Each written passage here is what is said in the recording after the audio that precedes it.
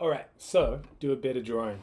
I just finished, well, I don't know if I finished, but I've gotten this last shot to a place where I think it's, I think I'm happy enough to leave that there for as far as keyframes go. You gotta start working on new stuff to keep the process alive, so that's kind of my tactic now. So this will be the next shot, because you can see the harpies slingshot their friend onto Vansel's back wing. Ka-chow! He gets sliced and diced. And then, so this is the next shot, which is him recoiling in pain, as we like to do, don't we? And then what's the next shot? Yeah, so it's sort of Vansel, there's a close-up showing Vansel's grimace, and then a corresponding reaction shot from Magnolia to show that she's concerned about him. But I think what I want to do here is show this drawing here, but maybe he comes past the camera, so he would be, yeah, he'd be this way. So his face, he'd kind of come up like this. He'd go, and then come past, and then we'd see his wing right here with the harpy on top. I think that would be a cool vibe, which will probably extend the shot a little bit, but hopefully not too much longer. I'll start by just copying this image from my storyboard frames. I'm going to add a new scene. We'll paste it in here as a reference and just call that boards. And then we'll create a new layer above. And what do we call this? We'll just call this Vansel, since that is his name. So what's this doing? Let's draw a cooler picture. That's going to be my task now. So just reference this one more time.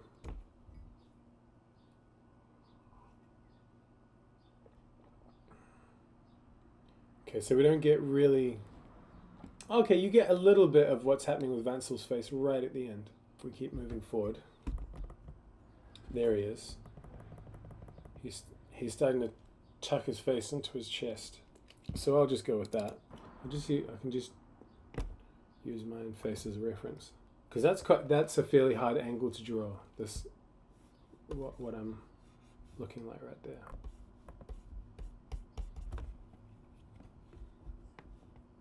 But he's more angry. He's like, Argh.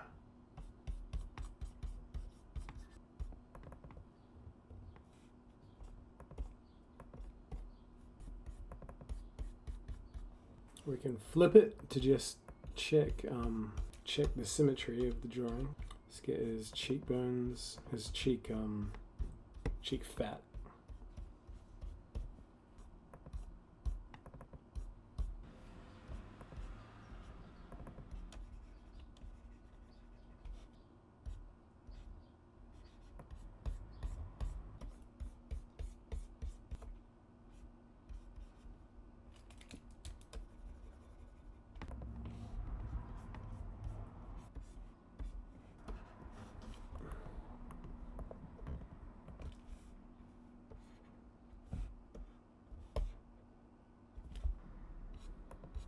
Just going to reference the last scene again. What's happening with his... So I guess his arms are just down by his side, aren't they? Good enough.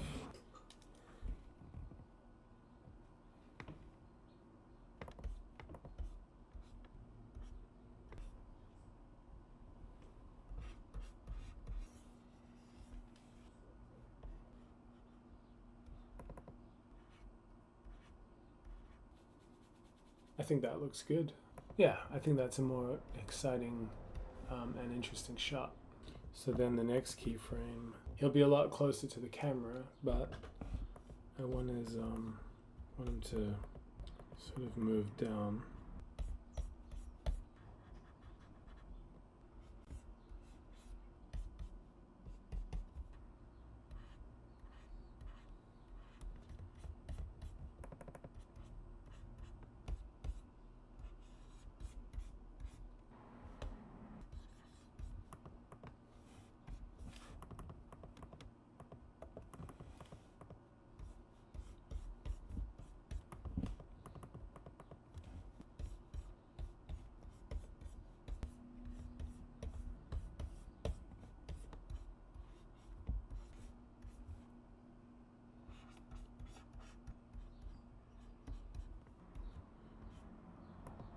I gave myself a haircut like the day before yesterday, and my hair ended up like looking like this, and so I had to do some damage control and cut this bit off. My hair's all like a lot shorter now. I was up. It was like midnight or later last night, trying to fix this haircut, because I like noticed. I noticed yesterday, like in the window or something like that. I was like, I look like a traffic cone, man. No good. You know, it's coming into summer here in New Zealand, so it's a good little summer cut. I think this is looking pretty good. We'll just see what these look like when they're played together. It'd be quite a fun life, wouldn't it? Just being a bear. All the other animals are just scared of you anyway, so you don't really have to worry that much. You just prowl around, get some salmon out of the river in the sun, have a little sunbathe. What's wrong with that? Oh, hold on, something's not right here. Something is wrong. I see, I do have that mark inactive. Oh, that marking is on. All right, this time perhaps. That's too fast. Okay, this is just so we can see what the flow is like. So maybe all these have to be like 7. We'll go 7.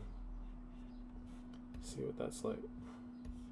My problem here, well, somewhat of a problem. So this shot, so the harpies come in, we slingshot them in. Whoa, lands on the wing. This was just supposed to be a really quick shot. I might have gotten a bit carried away here. I think this might throw the pacing of the cuts off a little bit if I linger too long and elaborate on this drawing. Maybe it should have just been, and that's it, and then cut to this girl. Possibly. They've just made it so everyone has to have ads on YouTube now, haven't they? My friend was on YouTube and it came up, and it's like paying for ads helps millions use YouTube around the world. And I thought it's more like it helps YouTube make millions of dollars. That would have been a more honest thing to put on there. We've got to get this harpy to kind of go off up in this direction, I reckon. And then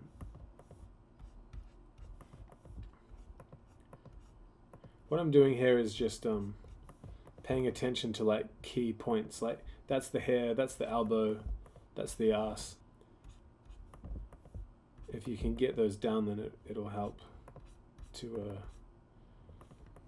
more quickly determine what the pose should be. Because again, it's just paying attention to the arc of the movement. The arc is sort of going like that, and then this is a close up. That's in the distance. That's close up, and that's in the distance again. Speed run the panels. Yeah, exactly. So you don't get bogged down. I might have said this the other day. It's like, so you don't get bogged down by detail, and you can just let it flow, which is sort of a really good key. I was reading Anne of Green Gables, a novel about an orphan girl, and she gets accidentally taken in by these middle-class British people who are wanting a boy for a servant. Well, for a servant. I mean, they kind of treat her like make her do chores and stuff. Yeah, but they wanted a boy and they got a girl, and then Anne of Green Gables is just this like delightful, imaginative girl, and they kind of are charmed by her and decide to take her in, even though she's kind of like rough. She hasn't learned proper decorum and stuff. They're like, oh, we'll take in this sweet child. What's her name? Anne Shirley. She's full of little amazing non sequiturs and stuff. And she says like, do you ever notice like the first time you think of something, if you try and repeat it, it's never as good the second time? I kind of thought about that in relation to the like speed running the panels or whatever. It's kind of like if you can stay close to that little seed of the idea, and instead of developing it, just stay close to where it's coming from the whole time. Like kind of stay close to the genesis of the idea and treat that. Yeah, try not to get lost from that. And it's like you kind of stay in that place where the original idea is happening. I mean, it's probably true for things other than animation too. I've seen people talk about digital art. It's often that the sketch before you do the line art on top is more full of vitality. It's like a similar principle. You record your songs as soon as you hear the beat. Right. And it's similar to how some people write lyrics too. I don't know if you saw the Get Back documentary about the Beatles in like 1967 or whatever. Paul McCartney writes Get Back, and you just see him go, it was a loner, and he just kind of finds the phonetic sounds, and then it's like afterwards they go, these are the words that will make the most sense. Something about the phonetic sound that's important to the flow of the rhythm and stuff like that. If the actual writing the lyrics is following that, then it's like staying closer to the seed. Because then it's almost like then whatever words you do write are somehow serving the intention of the creation even more effectively. Yeah, there's something magic about how, because it's weird with creativity, because it's people can look at life and just think about it in such a material way, and I think that's quite normal. And like, for instance, if we're talking about politics and shit like that, you kind of end up having that mindset. When it's talking about creativity, like there's something about, for instance, how if you write the rhythm of the song first and then come up with the lyrics, it's weird that the lyrics might actually better serve the intention and the idea, and it's almost backwards logic, and it's like it's something you wouldn't accept if you're talking about serious matters like politics and things like this. But nevertheless, in a creative sense, like there's actually something genuine about the way reality manifests in that moment, which is really it's really bizarre what that actually means about how reality works or something.